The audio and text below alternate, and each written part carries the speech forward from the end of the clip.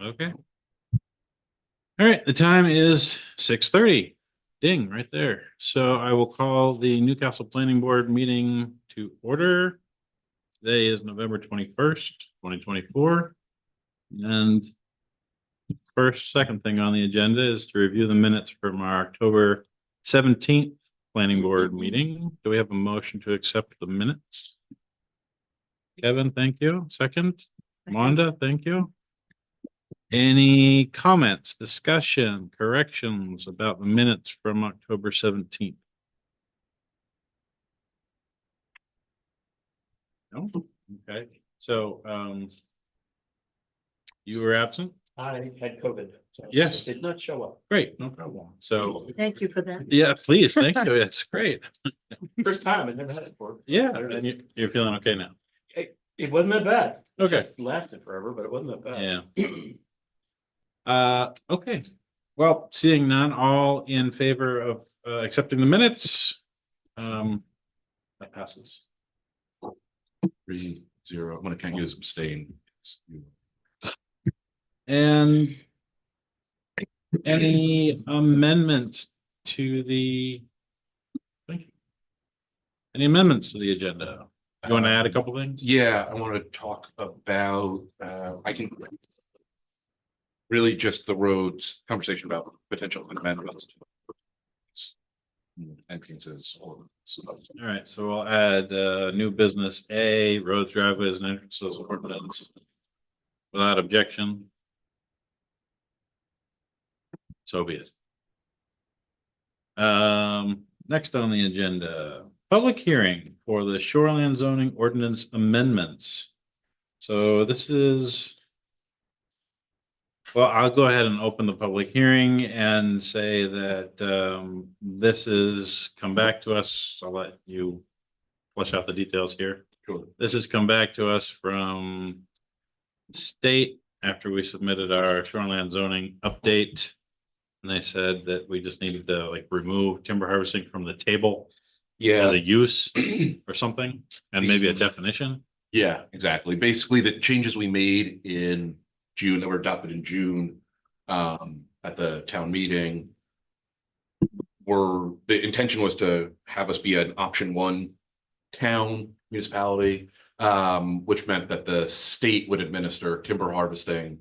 We had been, I think it's option 2, which is we administered it, but we were administering the state's standards, their regulations. So we figured if we're already implementing the state's regulations, we may as well kick the work of it to the state as well. Yeah. Also because they do it. So the one thing that we didn't do that kind of triggered this was in the resource protection zone. I had left in land management roads. It says it requires planning board approval, and they don't want that. All of that decision making goes to the state. So, so when we sent that, because shoreline zoning needs the state to approve and review and approve everything, they basically came back and said, yeah, everything looks good, except for take the stuff out. So this stuff is tech. All of these changes are really, it's already in place. The state's already doing, the option 1 stuff. So this is just a kind of administrative so that we're consistent with the state. Our ordinance be consistent with the state's Chapter 1000 standards are. Yeah, exactly. And it's just taking out some definitions and taking out 2 other land uses that were on here, which is forest management activities except for timber harvesting and land management roads and land management roads.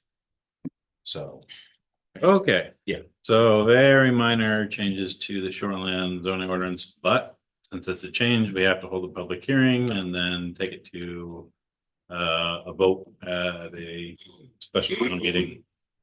Do we know when is there a special town meeting scheduled? this wouldn't, I don't think this is gonna be on it. But I can check. The select board did on I'm between Damascotta and Newcastle. I can't That's quite all keep right. track when it happened. There is a special town meeting scheduled for December 10th. That's what it is. At least Damascus did it. I think Newcastle already did it, schedule as well, but. Yeah, we did.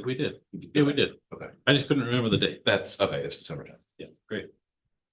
All right, so any comments about changes to the shoreline zoning ordinance? Yes, Okay, so South Newcastle, Station Road. You answered precisely the one question I was going to answer already. I was going to ask you, whether it looked like you were mostly striking language from and it was because you're overlapping with state statute. Entirely, yeah. Yes, okay, no, thank you. excellent. All right. Well, any other comments? All right, without objection, we'll close the public hearing and forward that on to the select board for the special town meeting. Okay. Great. Excellent. All right, so no old business, but we do have some new business you wanted to discuss. Yeah, Roads, driveways and entrances ordinance. right. Yeah, let me share this with you. We had talked about, it came up with a recent application. Actually, I think it's come up with two now, with the project on 10 Mill Road and the project in the fabrication district that we just had, and that is. Nope. Give you a packet. Trying to walk in. Oh, that's all right. Trying to think and talk. So. In creating a lot, I think the easiest way to explain it is with the fabrication district lot that was being created. They were struggling to get frontage that counted towards the frontage requirements in the core zoning code. And so they had to do kind of a funky thing where they basically created a 100-foot long road that didn't connect to anything else. It's 50 feet wide because the private road requirement in the roads, driveways and entrance ordinance requires at least 50 feet. Then they also had a 24-foot wide access easement that actually connects the newly created lot to a road, to Hall Street. And so we had talked about revisiting that. So that's what I wanted to do with you today. And in the images like this, the packet that I gave you is and I can share this with you all. Both are currently 50 feet. Both are 50 feet, the Okay. minimum right of way. We want to look at it. So that's not. Yeah, the minimum right of way width for a public road is 50 feet. The minimum right of way for a private road is 50 feet. And then what happens within that is that there's differences. And so the driveways, I think there's a larger conversation we have to have about roads and what they do, because right now we've got two types of roads, doesn't really what kind of development fronts on a road and whether it's improved or not doesn't come into play anywhere. And it might make sense to not limit the type of development, but basically say, like, if you want to have a larger building, the road that you're fronting on has to have sidewalks or be paved. So it's not like anybody's saying you have to do this. It's just you get kind of more development potential if, I imagine this is mostly going to be kind of a closer into the village, but if you have a road that kind of can accommodate sidewalks or paving, or I mean, it doesn't have to be that complicated. So I just wanted to throw that out there. So you might get into like kind of almost having subcategories of roads that basically, do you have two lanes that are wide enough to handle two-way traffic? Otherwise, maybe we don't want supermarket on that road, whatever it is. So then the packet that I gave you was just to try and visualize what actually fits within these right of ways. the first two pages are, it's a public road and the private road with the minimum cleared width, the minimum traveled way width, the minimum shoulders in there. And so what you'll see is there's two drive lanes, which add up to 20 feet. Then there's two 5-foot buffers on either side. And then there's 1 foot on either side, which basically fills out what has to be the cleared way. So all of that adds up to that 32-foot cleared way width.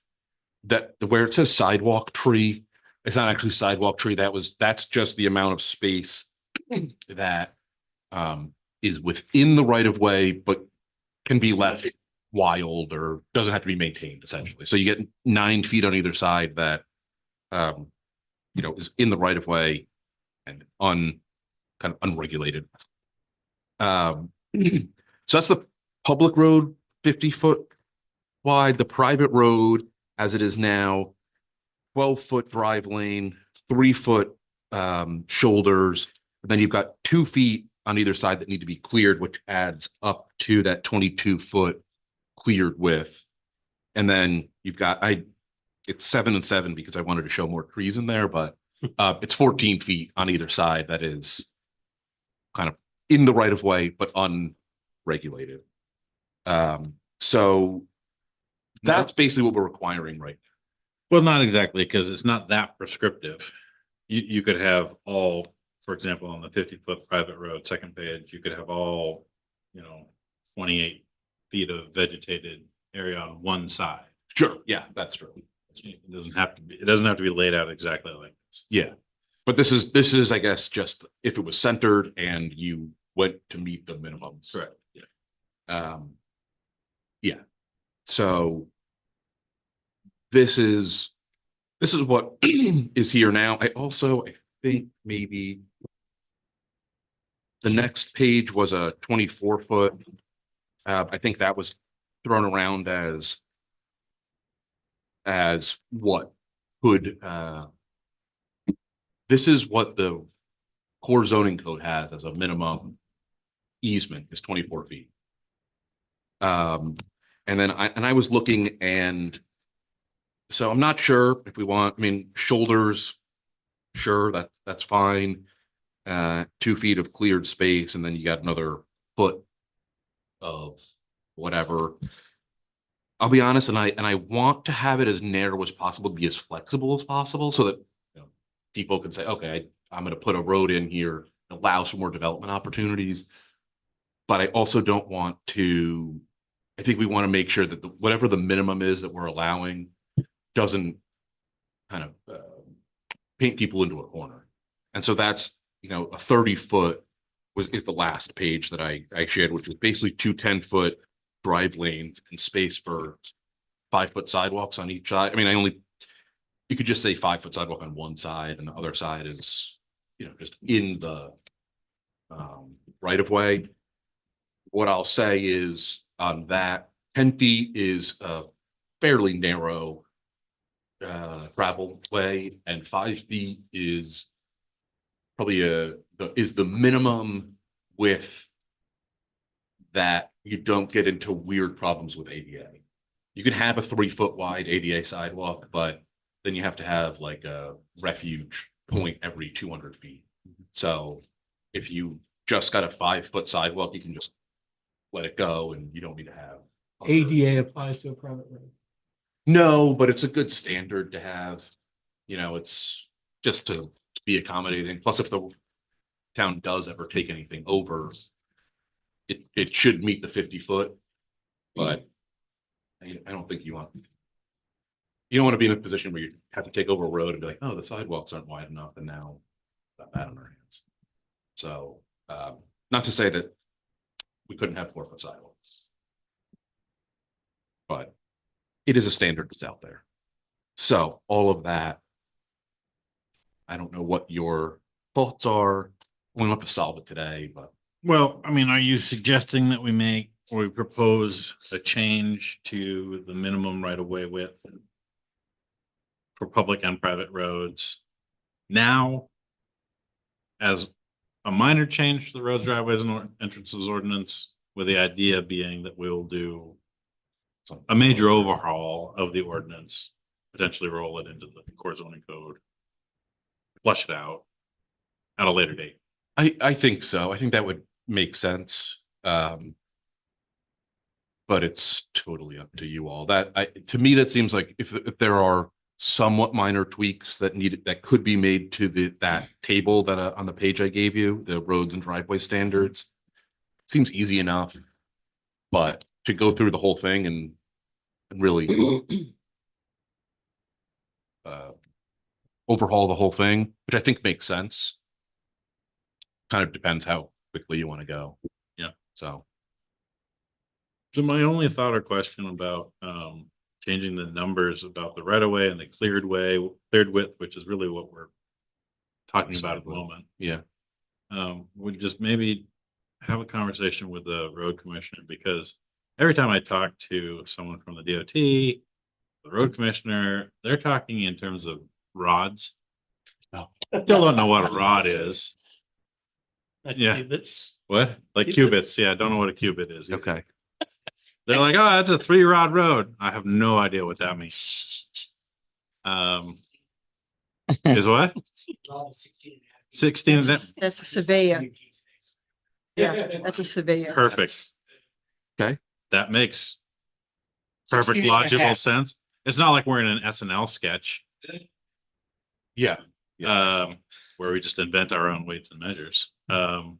So yeah, I think, the question would be, thank you for the definition. But what are the majority of the public roads that are not state numbered roads in the town of Newcastle? What are the standard rods for those roads, lengths? And should we, follow-up question, align that with this, or align this with that? Does that make sense? If you Yeah. went out and you measured Glidden Street and they said, okay, that's a 3-rod road. Okay, but Stewart Street's only a 2-rod road or a 1 road. Or, Yeah. And then Plum Street is a half a rod. I don't know. Yeah. Use whatever kind of standards they, Well, at least the units they use. it doesn't have to be rods. We can still do it in feet. The Yeah. question is just, does it make sense to sort of align those with kind of what we got? If you go out and measure Stonebridge, Yeah. how wide is that? If you go out and measure, again, not the numbered routes, right? But like the other public roads of Newcastle. Yeah, back during the or zoning, with the zoning code. Didn't the consultants measured a whole bunch of stuff? Did they gather that information? I did that. You did that. Yeah. And I might have. Where's it your somewhere. database? I might have it around somewhere. No, I I mean, did. Yeah, I mean, Um, along with buildings and sort of types of buildings and all of that. But to be completely, I did all that, yes. But Yeah. To be completely honest with you, I know the road commissioner just knows this off the top of his head. Hmm. And he could just say, this road is that road is that. So, Yeah. And then there's always the question of, are you measuring? I kind of got into it What with are you DOT measuring? recently because I needed to pull a permit for a road opening.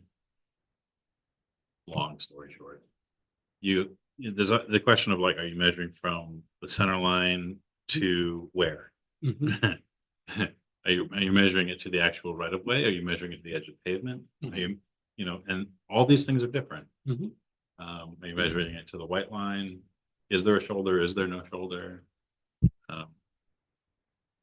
If there isn't a shoulder, do they still get the space that a shoulder would be in? That's a great question. We have a lot of roads that are public roads in Newcastle with 0 shoulder. Mhm. And I don't even know if there's space there for a shoulder. That's what I'm saying. You mean within the right of way? Yeah.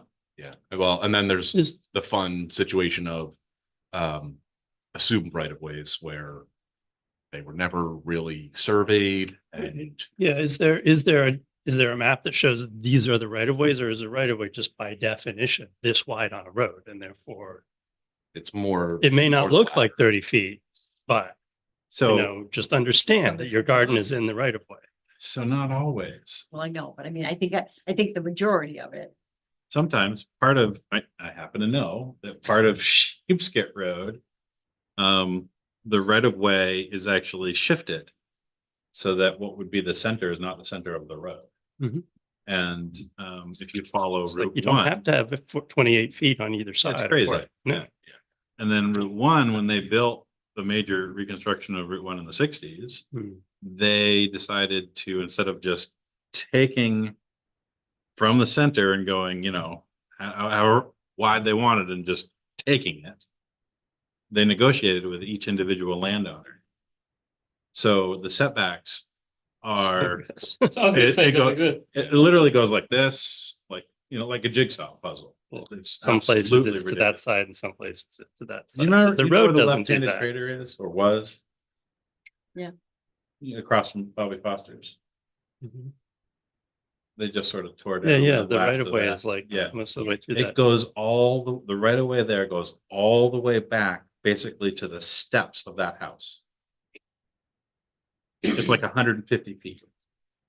Why? This is feeling generous. And just for that one. It's utterly ridiculous. Yeah. And then for the next one, it's like right up on the road.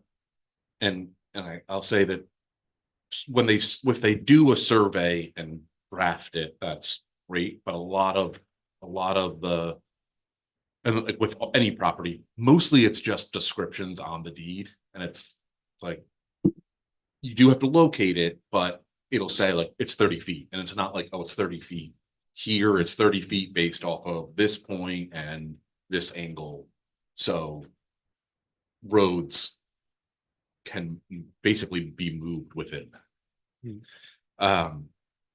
But I think that for this, what I would love to understand is for the private road specifically, like what kinds of considerations are important to the board, or do you think that should be kind of considered when we're doing this in terms of, do you want to make sure that there is space for a sidewalk, even if we're not requiring a sidewalk? Do you want to make sure that there's space for like essentially two lanes for large trucks could pass each other, or are we more concerned with just like kind of general passenger car? Do you want the right of way to be, do you want like a buffer, a little bit of a buffer on either side, so that it's like, even if it gets built out with whatever considerations we might have, there's still maybe a few feet before the property? It's those things. And if it's, maybe it's not. How often do we take over private?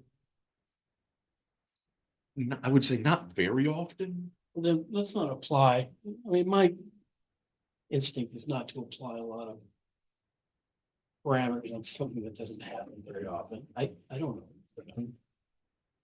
So And I thought in order to take over a private road, it had to be brought up to the town standards anyway. For Right. the town to do that. You can't just say, I'm putting a private road in, I want you to take it over. You thought it had to be built to the town standards in order for the town to take it over. Well, the funny thing about that is that, even though we say in the ordinance that that's the reality, a vote of the town to take over a road supersedes it. And that is exactly what happened with Stonebridge Circle. Is that after this ordinance was in place? No. But we had in our ordinance at the time that the town shall not take over any road that's not built to, the standard. And I think at the time it was subdivision standard. And Stonebridge Circle was not built to that at all. It's too narrow. Tree roots under there, stumps. It just doesn't have the right slopes. It was a mess and it wasn't paved. And, I don't want to talk ill of anyone, but the residents of Stonebridge Circle got together, petitioned the town for a special town meeting. All came and voted it in, and the town had to take it over. And we have put a lot of money into Stonebridge Circle over the years to try and fix it. Yeah. I was wondering, if this would, if the ordinance, because there are standards that, one of what you were talking about are in there. Say like we, town can't take it over, but think like the state has a statute that says, here's how you take over a road and supersedes. Yeah, and I don't think that the private road requirements are so much that to be concerned about the town taking it over, and we, that is always a possibility, but even if a road isn't built to the private road standards, the town could potentially be in this situation where they take it over. It's more when, in order to accommodate development, a private property owner, you can, the town could say, you're not allowed to develop that lot because you don't front onto a road that meets the standards for a private road. So it's more that and thinking ahead of like in 10 or 20 or 30 or whatever years, as this all develops out, what do you want? What makes sense to be in that road? And you're kind of protecting you're trying to future proof a lot of the right of ways so that it's not just 20 feet wide, and that would never accommodate two trucks passing each other and any kind of side. So I mean, those would be. So, I mean, the big problem for us is that linear development over time, de facto subdivisions, in other words, subdivisions that were never intended or applied for to become an actual subdivision, but grew into a subdivision over time. So, and we've got a lot of examples of those where like you put in a dinky little driveway, a couple of houses, then you add a couple more houses, you got a couple more houses, you got a couple more houses, all of a sudden you've got 10 houses on a stupid little road that was never intended. And it's a subdivision, but there's no subdivision plan ever that was filed. So I think having some standards in place that say, if you're going to build anything more than a driveway, this is what it's got to look like. As at a bare minimum. How does that, I mean, you suggest, how does that play out if, the road, the driveway already exists, Hassett Avenue or something, and there's a property there and you want to put a house on it, do we say you can't until that is upgraded?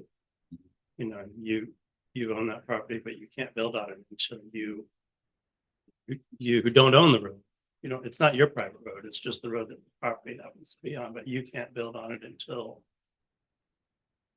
who upgrades that road to our standards. And who would be responsible for paying for the widening? Would it be the person who owns it? Or adding Would it be, aggregate or whatever, yeah. Well, I mean, Hassan's a little bit of a bad example because Well, it's already a town road. Yeah, I mean, I'm I hear what thinking, you're what, saying. I'm sure there's roads or there's rights of way that have multiple houses off of them. Yep. Are that just standard? Yeah, that's absolutely true. So, we're going through, we are going through this exercise right now. Because my sister wants to build a house on Ledge Hill Crossing. So we've already got 2 houses on Ledge Hill Crossing. But when we laid out the road, we laid out 50 feet. And we built the road, and I remember I think it's 26 feet wide. And so we've got plenty of room, and if we need to, we'll widen it to accommodate what needs to be in the standard, so that she can build the house. That's just the way it goes. And we're prepared for that. It's a private road. Yeah. My only thought, and this dovetails, I think, with what you're talking about, is my only real consideration. I think making a small change now isn't the problem, but addressing it holistically a little bit later on. Give me just a quick second. It sooner rather than later is a good idea. I specifically in regards to private roads, I really do believe that there are different conditions or appropriate standards that differ district to district. And so blanketing like we do now, here's the private road standard for for any district in town doesn't actually make a whole lot of sense. Yeah. Because of some of the things that you were talking about. So like an in-town neighborhood district. It may be advantageous to have some standards that say, hey, you know, sidewalks should be a thing that you consider and, you know, this, that, and the other thing. But if it's in rural, we're not gonna be, we shouldn't require sidewalks to be built on rural private roads. That's kind of ridiculous. Yeah. But because we're a one-shot deal right now. So I'd like to see it, you know, made more flexible by having a variety of different, roads that can be applied, in the different districts. But that's, I think it is what does need to happen. I think that that's gonna require a good amount of thought. I mean, I could probably talk about all of this stuff for hours on end, but even just a little bit that we've gotten into about just the private road standards. Yeah. I mean, I think that, Yeah. there's a lot more conversation. I'll get back to This may be an irrelevant comment, but I recall the public hearing and the concerns brought up by the Lewis Hill Road subdivision residents. Does that factor into all of this in terms of private roads interfacing with public roads in terms of the? Not really, I don't think, because they're gonna have their own individual driveways. Okay, yeah, but then might that morph into the situation he's describing over time where? Not if they're not all connected. I think if they had decided in that subdivision plan to actually build a subdivision road, which would be a private road for the subdivision, they ultimately decided not to do. Because That is absolutely true. they were able to get the number of lots that they wanted all fronting on Lewis Hill. Well, I think he said it wasn't really deep enough in the back, it really dropped off or went up or something, there was some reason in the back. Right. It wasn't really suitable to. I think, Sorry for that. No, it's a good question. Came to Yeah. mind. Yeah, it's a good question. because some of the concerns that the residents brought up was about the narrowness of the existing road. And I think that's kind of a good example of. Been concerned having drivers on that narrow road. Yeah, and there's any additional traffic in that, and I think that's the exactly the issue we want to avoid is that if someone does build a road, whether it's public or private, you know, we can't go back and say, oh, you have to widen these roads or whatever it is, but if someone's gonna build a new road, you want to make sure that there is a space that could accommodate, I don't know what the actual right of way there is. It could be, you know, 20 feet and there's no room to widen. Right. But so 50 feet is generous. Sure, we can get a road that can accommodate most, you know, 2-lane traffic in there. But I think maybe to Ben's point, downtown in the fabrication district, for example, like there just wasn't room to get a 50-foot right of way from Hall Street, which is only 20 or 25 feet wide anyway, you know, back to create a new lot. And it's like 50-foot wide right of way there doesn't really make sense. It's a waste of So, space. yeah, so I think that's what we need to try and figure out is like. And it's gonna be neighborhood specific. How wide do we need to, as best as we can, future proof and leave the town with options in 50 or 100 years? Not that we're gonna say you have to build. You know, everything, you know, build sidewalks out. You don't want to unless we get into the whole, additional development. So, just a question about timing then, if this was this little change, the earliest it could go to a vote would be at the special town meeting in March, yeah, I think that's right? Yeah. So we've got time to work on it. absolutely. So then the question is, how much do we want to work on it? And that kind of dovetails into another question that I had because I realized that it's November. And it's gonna be the first of the year, right around the corner. And we should probably not at the December meeting, but at the January meeting, revisit our goals. You know, our to-do list, our punch list. Yeah. And reprioritize add to it, see what we've actually got accomplished. And so this, I think, is part of that conversation.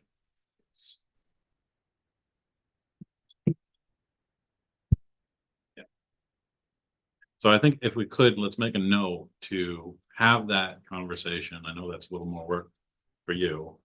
Pull together that priority list. Yeah. I know we got one out there. Yeah. Um, I'm pretty sure we have one for the planning board. and if we could bring it in December so that we could quickly review it, add anything that we think we want to have a conversation about, and then at the meeting in January, actually prioritize it to kick the year off. Okay. Does that make sense? Yeah. And that still gives us enough time, January meeting, February, March, I think that gives us enough time to get to special town meeting changes. Yeah. On this. But yeah, I think if we're talking, especially if we're talking about just making a change for the private road, even if it's just for certain districts, you know, we want to say private roads in these districts, you know. And that might be a great compromise to start, is to say, well, you know, private roads in these districts only need to be, you know, 32 feet wide. In these other districts, they only need to be 22 feet wide. Yeah. And maybe that's a good, just like, you know, let's fix for them. thread the needle for a moment. Yeah.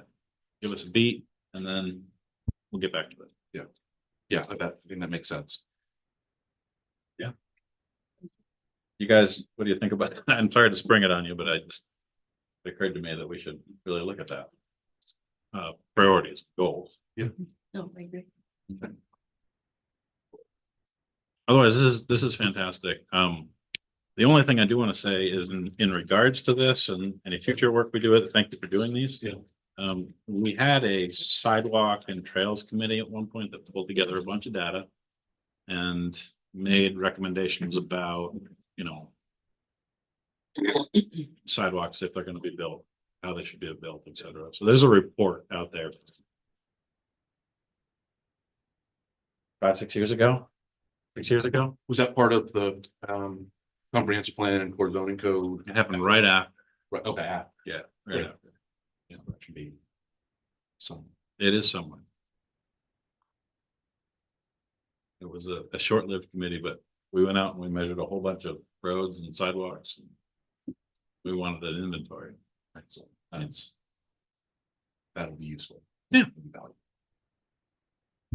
Okay, are we good on that? Conversation? I'm satisfied. Everybody happy? No more comments? Thank you. All right, so moving on to other business. Item A, discussion on fabrication district standards. Windows and door standards and additional structures. That is basically following up from our conversation around the application of the fabrication district and having those windows and door standards basically applied to the back of, well, to all sides of the building in the fabrication district. I figured, since we talked about it, I want to just bring it up and have a conversation. And and I mentioned this before the meeting started. The document that I shared with you, it's a PDF, but it's I basically just try to take the core zoning code and all of the text and put it into a Word document so that when we do when we do amendments, we can actually track the changes and have the cross outs and the underlines and all of that. And then it'll be that much easier. I can just go through, accept all the changes, assuming that they get approved, and then copy and paste that into the InDesign. But I tried to make it look at least somewhat similar because it just is better. So the main thing is window and door standards. We talked a little bit about it didn't make sense to have them apply to the backs of, at least in industrial fabrication buildings, But what, there's kind of limitless options as to what we do with that. We could reduce the minimum, we could, I think I said, I think I made a change.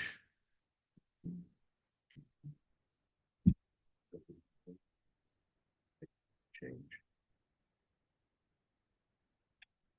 There.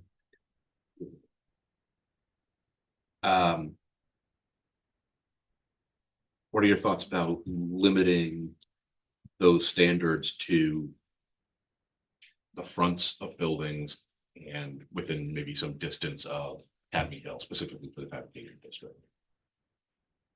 Oh, that's an interesting idea. That's the only place we have a fabrication district right now, right? For the Academy Hill. It is. Yeah, but you're talking about like an actual buffer. Yeah, like, yeah, I was thinking, how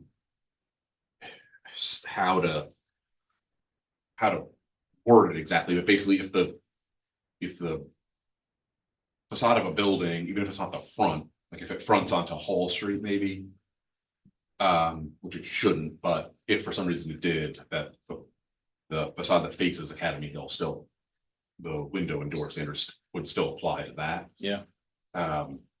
But if the front of the building faces Academy Hill, and the side of the building faces Hall Street, then it's like, we don't need to apply to that. Or we could do an actual buffer and say the windows and door standards apply within 100 feet or 200 feet or 50 feet of Academy Hill, regardless of the face of the building. Yeah, I'm thinking like the other side of the street on Depot Street. Right? So, I mean, if somebody built a big warehouse building on Depot Street that fronted on Depot Street, and we only required windows and door standards, 20% minimum, 80% maximum on the facing the frontage, you'd have, what they would build is a building that has 3 huge blank walls facing Academy Hill, Route 1, Lincoln Academy. and Lincoln Academy. Right? I mean, if you were building, the train station, Yeah, you would have no window except for this. facing Depot Street. Okay, so let me ask another rookie question.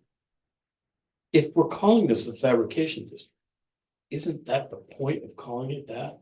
So that you can put a building that doesn't have windows and doors in it? Yeah, I mean, like on the front, where it fronts on a street, I mean, the whole point of it being fabrication, isn't that it?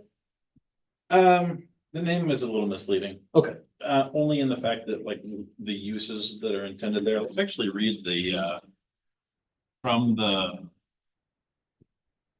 description and purpose of the district. The fabrication special district allows a mix of industrial, office, retail, live, work, flex spaces, and other supporting development. And then the purpose, there's 3: to accommodate more intensive industrial uses in a way that is compatible with and in proximity to higher density residential areas, to support existing industrial uses and provide an area for their expansion, and to allow for residential uses that are compatible with industrial activities. So it's a mixed. The idea is it's really supposed to be mixed. It's not just supposed to be a warehouse. And where you've got residential in that mix and you want to encourage that mix of industrial, office, retail, live, work, flex spaces, and other supporting development, big blank walls, Hey, you have to make a nod to the residential side of it. you really do. Okay. It'd So- be like building a house directly on the side of the YMCA.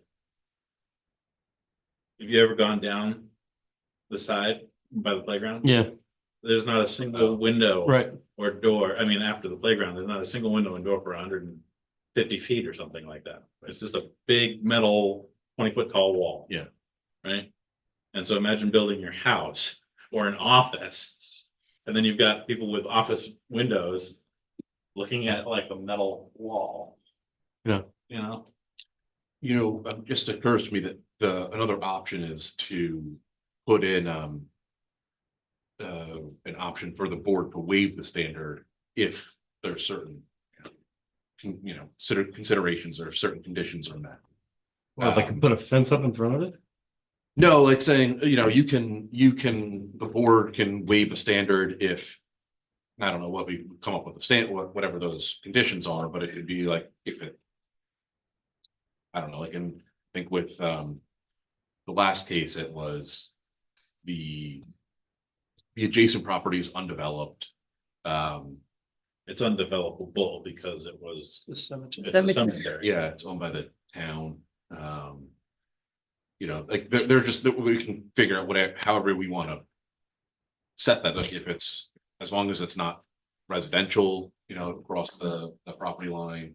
Things like that. I mean, we've got to hash that out, but. That would leave the default would be you have to have windows and doors. And we could do this, we could say the minimum could be reduced down to 10%. And also have this kind of potential release valve. Or we could, do kind of either or. Well, and I think a lot depends on the use too, and that factored into that Yeah. It did. with that decision. I mean. Really, windows was just gonna be one more thing to get broken in that building. I mean, it didn't make sense to put a window there just for the sake of putting a window. Yeah. I mean, more sense to, and it wasn't viewing anything. So I think depending on the use, then exceptions maybe. I should really be made. like that approach. Because I'm very leery about waivers. Yeah. We have almost no waivers in this. But if you code. look use to use to use, If you look use to use to use and you set standards based on use. That are clear. If this is the use, you could, this is the standard. Not you can reduce it or you can get a waiver, but if this is the use, this is the standard. Yeah. The issue I have with waivers is if they exist, that becomes the standard. Yeah, well, that's why I think if you're going to allow them, you need to. You shouldn't just say like, oh, at the board's discretion. It should be, here are the three things that the board should consider, and they should be specific. It should be, and it should be fairly clear when the conditions are met. But like the kind of arbitrary, this is, can be waived if, whatever, you see other waiver, but there should be hard conditions, as long as the use is the adjacent property is not residential in nature or doesn't have a residential use on it. If you can spell them out so that way it's like, yeah, we know it's not an option. So when someone comes and asks me, I can be like, board's not gonna, I don't think the board's gonna go for that because X, Y, Z. It's like you I don't need still any. think, I hear what you're saying, but I still think with the considerations in mind, it doesn't have to be written, it can be hard coded instead of wishy-washy. That's all I'm saying. Yeah. Like with your conditions, just so if it's an industrial use. With a, on the side that faces non-residential use. Or faces another industrial use, the standard is 5% or 10%. Okay, yeah. You know what I mean? So it's not, so you said, don't phrase it as a waiver. Don't phrase it as a you can reduce or the board may reduce or anything like that. It's just. Here's the kind of side-by-side uses or, compatible, incompatible things that we're trying to both protect and, encourage and discourage. That works for me. That I hadn't really thought about having a no discretion basically waiver, but that's I think what you're saying, which works. I mean, Is that what you were saying? yeah, I mean, because if it's a house or a living, then you want windows. of course. But in this case, it was the guy's gonna be building stuff in there. There was I mean, I no, think if somebody has an office where people are working, it's probably nice to have some natural light. right, But if you're, I don't know, retreading tires or something, I don't know. I don't see a need for that. right. Right. And especially if it's backing up to something that's not really. And you like a could road or actually, something. you could tie it to, instead of like tying it to individual uses, you could tie it to use categories. Mhm. So that it Yeah. would just be, it would be fewer standards to write. That honestly, my mind went there because I was like, are we gonna have to add this under every single use that we decide we want this on? but it could be you by use category and say, commercial goods, or it could just be industrial.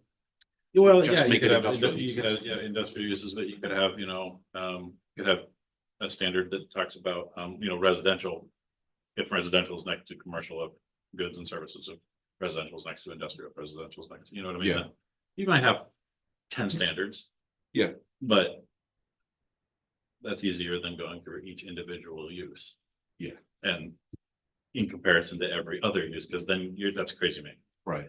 So, as far what, I guess, what do you want to base it off of? One of the things I was kind of thinking is what's next to it, but I get the feeling that we're more concerned with the use of the building that's going to have the reduced standards. So it's gonna be like, it matters the use on the inside of the building, not the use next to it. I mean, both, but I guess where do you want to basically tie it to the use of the building? Which I think probably makes sense. That's what the application is gonna be about, is that building. Yeah. It's a Mhm. little- Well, they're still gonna have to have the windows on the frontage, No matter what. no matter what. Yeah. I mean, if you're facing, Yeah, The example, the most recent example was not, it was partly the use of the building, but it was partly the nature of the neighbor. right, yeah, It wasn't purely what they're doing inside. Because we could say something along the lines of like, for buildings with, containing an industrial use. If the use of the lot, of facade, and we'll clean up the language, but that the facade is facing is not residential. Then the window standard can be reduced to, or is reduced, The window 10. standard is Is- 7%. yeah, right, exactly. Yeah, I think take a shot at it. something like that. Just, yeah, throw something like that, throw some stuff at it. I think once you get into it, the thinking will congeal. And just keep going back and reading the purposes, because I think that was good to read, because we really do want to encourage that mixed type of development Absolutely. where it can be funky. But funky's good in the fabrication district, right? Yeah. That's kind of what we're looking for. Yeah, there are other things to consider, maybe when I dive into it. There's other standards that maybe are less necessary in the fabrication, in a situation like this on a manufacturing building. Where it's okay, it's actually interesting if it's a little more funky and the windows are not regular and, Mhm. or they don't have windows on most of the facade or whatever it is, kind of Right. reflects the purpose, the use and all that. Yeah. So I will look at that and definitely at least tackle the percentage of windows and doors. Mhm. Let's see if there's any other standards that are like, this doesn't seem entirely applicable. My sense just generally with the windows and door standards is it's basically consistent throughout. It's the same windows and door standards apply to every district the same. It's basically all 20% minimum, 80% maximum. Except for shop front street. Yes, with the exception of shop fronts. And to me, it seems like there should probably be some more, they should be more specific. Specifically with fabrication and I don't know. Highway So commercial. vis-a-vis the district. Yes. Yeah, exactly, to be more specific by district. And I just am curious if that's the same, if you have the same feeling or no, or. I do. I wish that we'd had more clear guidance from the code before we built our building in 2000. Because we built a 110-foot building that's 18 feet to the eave. And it's only got 4 windows in the front. And a door. 5 windows in the door. Which is not, Yeah.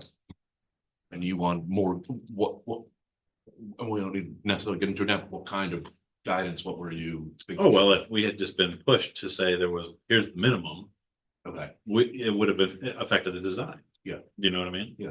And it would have rendered a different result. We've got 0 windows on the back. which faces the swamp, Mhm. um, The wetland. the wetland. Yeah, so, I mean, that would be a factor, I would think. In thinking about those Yeah. encouraging, discouraging types of Yeah. things, you know. How much of a factor would it have been at the time in 2000 when you built it? Would you really care that you have to put two more windows in? Or you- Cared? No. Considered? Yes. Yeah, I mean, so you've been in the store?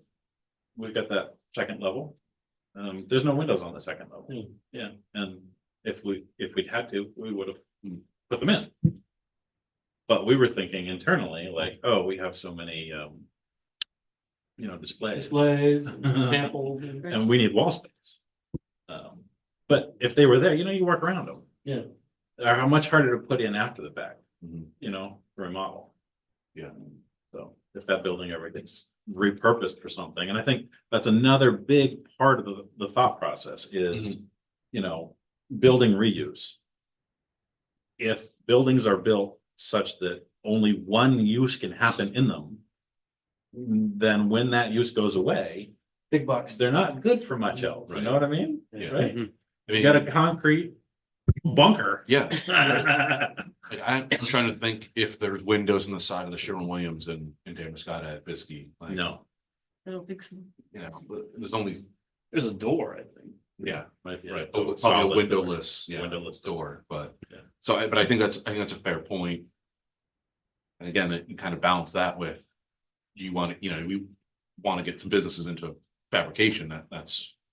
But also, you kind of try and future proof, so. But. Well, if you have any other thoughts. Going forward, please share them with me, I will see what I can do. Great. You've got additional structures in here as well. What Oh, was your also thought? for the fabrication district came up that, I think for the, Blood and Sons Boat Works. Yeah, He, basically he has some structures that are basically just like wooden frame. I think they're kind of plastic shrink wrapped. They're like semi-temporary. They don't meet the definition of our temporary. They're there for more than. They'll be there for several years, but probably not decades. So that he can put boats in and work on them. But I think the standard right now is 300 square feet. In fabrication, and then in marine, there's no, I don't think there's any size limit for temporary structures. And in an effort to try and accommodate an existing business, but also try and, like, does this make sense for other uses as well?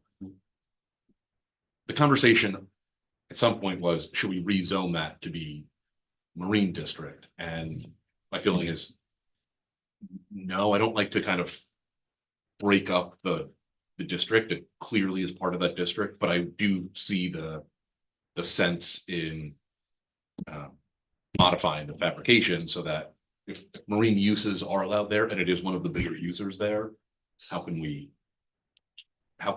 accommodate it that in a way that makes sense for that district? Well, isn't that the same thing? Isn't it? Aren't you basically saying, based on the use? We could, yeah, and that's, or we could just say, we could make an exception for that use or other uses like that, basically removes the square foot limit and some of the other standards about temporary structures. that's, and I just want to, With the caveat that when the use is over, those structures must be removed. okay, Does that make sense? yeah, I think I imagine we can do that. Just like signs, technically, Yeah, if you put up a sign, and then your business moves or you go out of business or you sell it, or it becomes something else. Mm. The sign is supposed to come down. is that, yeah, That's, and we'll have to, if we specifically say that, then we probably can. I just, like, a lot of stuff is like when you put it up, if it's not a temporary thing, if it's like indefinite, then it's kind of like, now it's you kind of get legacied in. pre-existing non-conformity. No, I think we write it so that it's still a temporary structure. Yeah. It's allowed to exist as long as the use is allowed to exist. Right. And once the use is expired, then this building must come down, Yeah. something like that. No, I think that can make sense because once you discontinue a use, and then you lose the ability, if it's a non-conforming, right? Yeah. Continue it. Once you discontinue it, you can't just put it back in. You So can't put it I back. imagine but that's fair. What I did want to just mention is I realized the text document that I had, the PDF, when you export from a text document in Google Docs to a PDF, it doesn't include any of the edits. Mm. So what I shared with you looks like a clean document because it is. There's a lot of stuff that I had done about this and it Didn't doesn't do it. show up on yours. So Okay. I don't waste your time going through it. I was Now. looking for this. Where's all the colors? Yeah. Where are the I changes? Yeah. didn't realize. I apologize. Yeah. So, Scott, I think that's a good suggestion, like a good way to handle it. Tie it to the use in that district alone. So it'd be written on the standards for that district page yeah, so that it's district specific for Yeah. that use. yeah, Or other compatible uses that potentially need additional temporary structures that don't, that would extend beyond what a temporary structure would look like in other districts. yeah. That's I'll look at how many like we could tie it to marine use and say like in the fabrication district, you're exempt from the size or the maximum size is whatever, or we could do it there. I'll look and see where if there's a reason to go one way or the other. But I'll look at fabrication. Makes sense. Yeah, just scan to see if there are any other uses. Yes. That That might would be be a similar. similar situation, Um, just so we don't have to come back. yes. Okay. All right, we good on that for now? Yes, yes, there is one other thing. I mentioned it to you. It came up in state's review of our changes for LD 2003. Unit size, having a minimum unit size. And I think I explained that if someone had a house that was 700 square feet and they wanted to do an ADU, which we don't use that term, but the state does. They wanted to put a second unit in there. If we've got a minimum unit size of 400 square feet, I could have a 400 square foot unit and a 300 square foot unit. And if we said, no, can't do a 300 square foot unit, then we would be going against LD 2003. So we've already kind of talked about this when we were going through it. Just get rid of the minimum unit size. It only applies in the main mass anyway. So we can just straight get rid of it. Or the other thing, if that makes people uncomfortable, especially with like larger, like multi-unit buildings, we can say the minimum unit size doesn't count for buildings with less than 5 units. I think that, and I mean, I think I'd be comfortable, I don't know what you guys, I'd be comfortable with the idea of removing minimum unit size from most districts that are just residential building types. Where I think it's really an issue and where I wanna maintain the standard in some form is in mixed use buildings. And particularly even in multi-unit commercial buildings, because we just don't want to have that situation where someone builds a mixed use building, and it's basically all residential dwelling units, and there's a 150-foot broom closet that they're calling the commercial space, and therefore it qualifies as a mixed use building, right? Yeah. I thought in our mixed use buildings, we did have a percentage that had to be commercial. We did add, and I'm just going to look and see how we phrased it, because I think we phrased it. I thought there was a percentage so that they No. couldn't, so that couldn't happen. No more than 45% of the total gross floor area of a mixed-use building shall be a residential use. Okay, so it's the gross floor area, I think, to make sure that it Gross wasn't, floor it wasn't number of units, it was It's just percentage. floor area has to be, so you can't. If you want 150 square foot room closet in a mixed use building, you're gonna have a 200 square foot building. You know, if you want, so, So then I think I'm fine getting rid of it. I mean, just cut it, just getting, okay, cut the minimum, you know, that is the easy way, that is the easy one. so. Yeah, I think if we discover any other potential abuses. Or paths for abuse, or we can address them. And there are standards for a small unit anyway. I mean, you have to have certain things in it, so you have to have so much square feet. I mean, you can't Yeah. get a bathroom with, kitchenette and, I I don't mean, it know- can be pretty small, but still, I mean, it can't be like. We closet. don't have those standards. Not in the lanes, but I assume building codes are gonna require you to We have a don't. certain, No, well, and we don't enforce building. We don't codes, enforce, we don't. I we- thought the state had them in that. But you still have to build to the code. No. Yeah, it is the law. We don't inspect or enforce it. But it still is, you're not supposed to build buildings that do not meet building code. We don't check. Okay.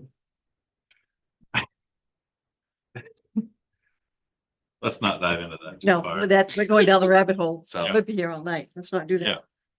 All right.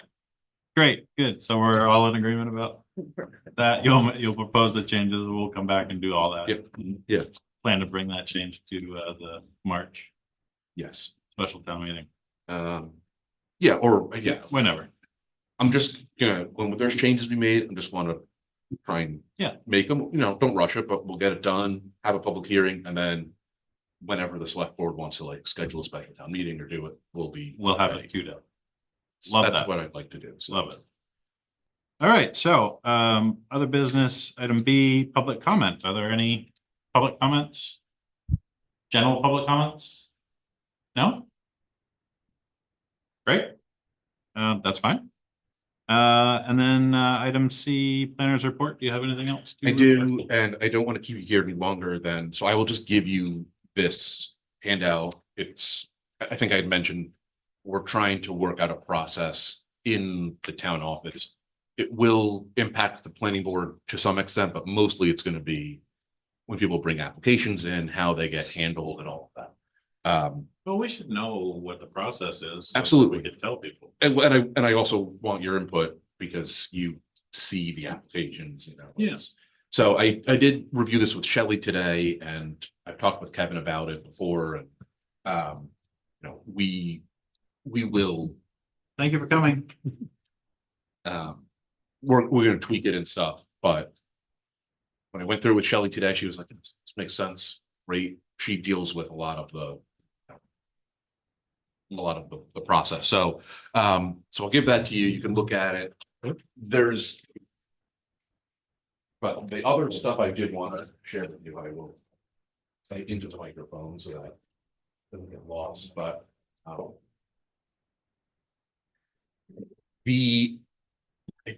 think this happened since the last meeting. The online mapping portal is now up to date. Mhm. Got that going again. I imagine Kevin chairs the select board, or did I tell you at the last planning board meeting?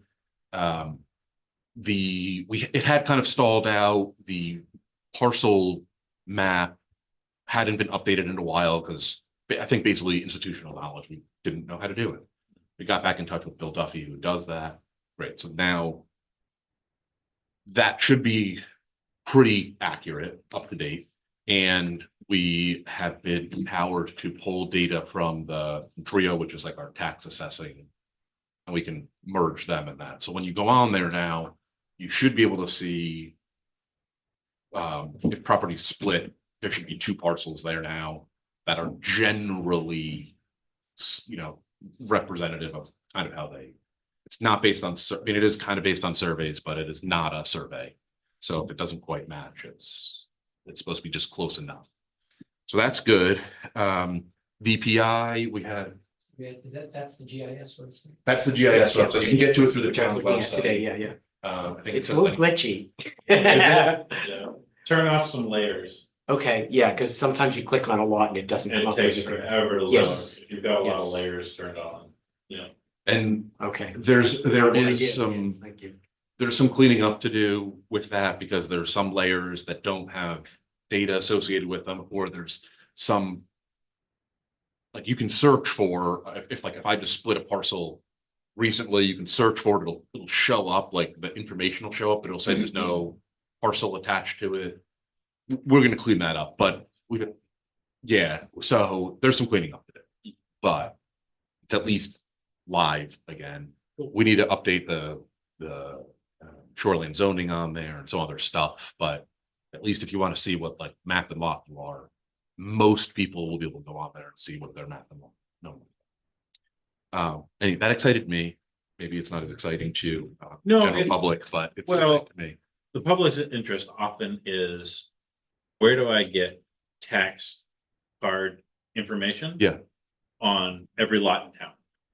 Oh, And I say, well, you can go and ask in the town office, but they'll charge you per copy. right. Or you can go on the website and look at it for free. Yeah. Um, And that's a very good first step if anybody's like, what zone am I in, or wants to know something, or what zone is that parcel? or how much taxes is my neighbor paying? Right. Sure, yeah, yeah. At least what their That metal assessment is. rod on my property or. Okay, so there's that, the VPI project, which is the Main Street redesign.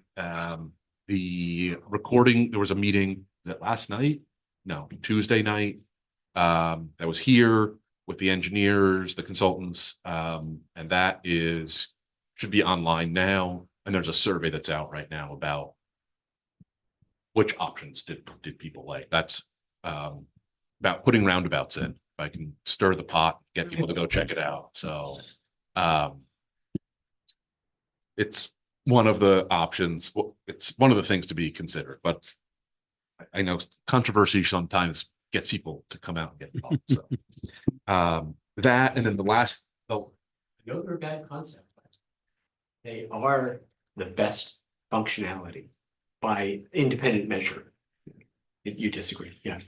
Haven't they been proven to be safer than intersections? Yes, yes. I mean, they take up a lot of space. Accident data backs it up I have to think, without any. I have to think that the one that's on Coney Circle cannot be less Yeah. accidents in that one. Because I mean, there's 3 lanes and nobody knows which lane to be in and they cut you off Yeah. and this is a 2 lane, and Yeah. those are not being considered for here, but those are, I think, a little bit more confusing. But yeah, I've heard. But think about it, how would you have a regular intersection in that intersection? I have no There's idea. 5 roads that come. I know, I have no idea. Yeah, I'm not It's treacherous. advocating that. I'm not, I am just, I want to, it is a fact, that it has to be acknowledged, So- Yeah. Statistics back it up. Statistics back it up. Yeah, they're unsightly. Yes, yes. And all I'll say is, if all you're considering is moving traffic. Yes, precisely. Moving If you're, Heard traffic. if you're that. only Moving traffic. considering Yep. moving Yep. vehicles, but Yes. that's half the conversation. And reducing collisions. In my Especially opinion, reducing- that's actually a third of the conversation. Yeah. You still have pedestrian traffic and you still have economic development. Yeah. Mm. And if you ignore those 2 pieces in favor of how do we move cars as fast as possible from point A to point B, great, those statistics are overly weighted in the conversation. Yeah, this is all the trade-off, Yes. cost benefit analysis. I know, I couldn't be there. My daughter was having I surgery. I had to be understand. there. Yeah. I would have been there yelling and screaming. Yeah, and there is one other factor, for example, people talk about the speed going down the off ramp into the village, right? Mhm. If you have driver psychology is taken completely out of the conversation if you have a rotary. If you drive too fast, you're gonna crash into something, right? There is no You're better absolutely- place for a rotary. Yeah, no, it's not. I totally. No, agree. that is a perfect location for a Oh, rotary. yes, yeah, it is. Yeah. That is absolutely a perfect Yeah. location. That would completely solve your speed problem. And it would- Yeah, this driver behavior is wiped off the map as an issue. And it would act as a buffer to protect the rest of the village Yes. to create more economic opportunities. And it would ease the increase pedestrian activity and safety in the rest of the village. We don't have a lot of pedestrian activity in there. So, yeah, there's a lot of factors and yeah, so. anyway. I've read a lot about rotaries. That's the only reason I bring this up. You know, No, me too. not advocating, just No, they have their Independent place. thinking, The problem with people who get thinking about rotaries and traffic in general is that the temptation to think of a rotary as a silver bullet Right. yeah, yeah. is overwhelming. Yep, yep, yep, yep. And well, What happened? and a rotary at the intersection of Mills and Kent, that would just be ugly as sin. Again, you'd never want to have it, yeah. And confusing, I And think, con- there, yeah. because the geometry is not quite as. Confusing, it's yeah. not Oh, great. that particular intersection is not Yeah. conducive to it. Yeah. Yeah. So whatever happened to the one next to on Belvedere Road and Route 1? Are they still gonna do that?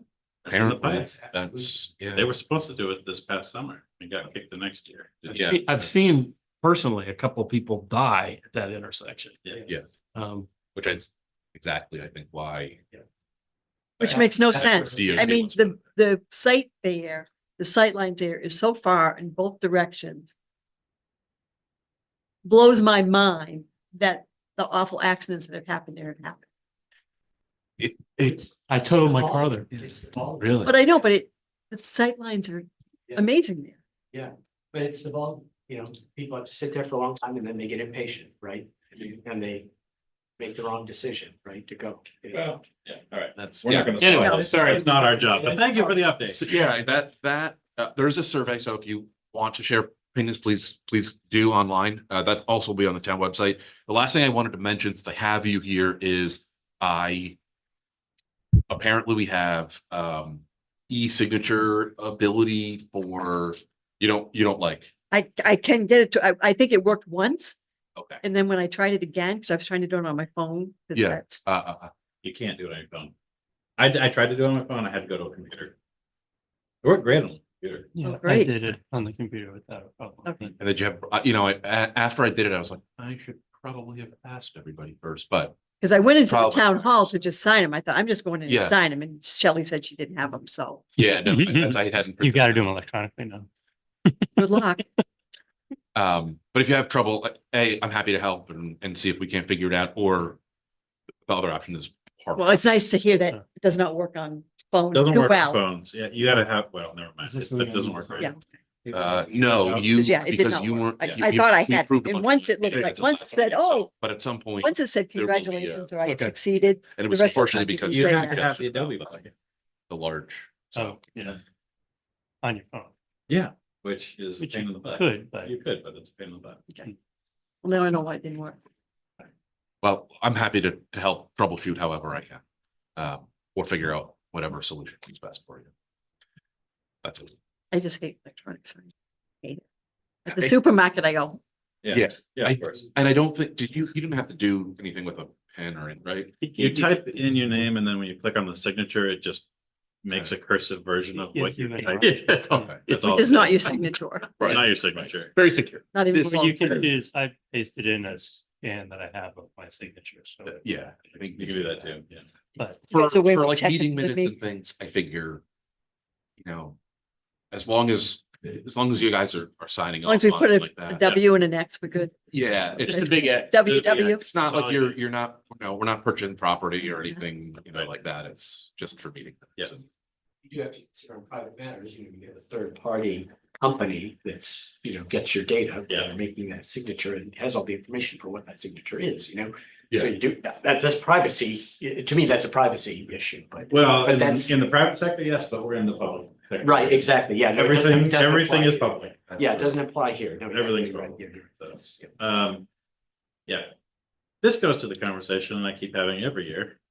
Where I'd really like Chromebooks Yeah, for all planning board members, and then That would be nice. you just open the Chromebook and there it is. everything is right there. Yeah.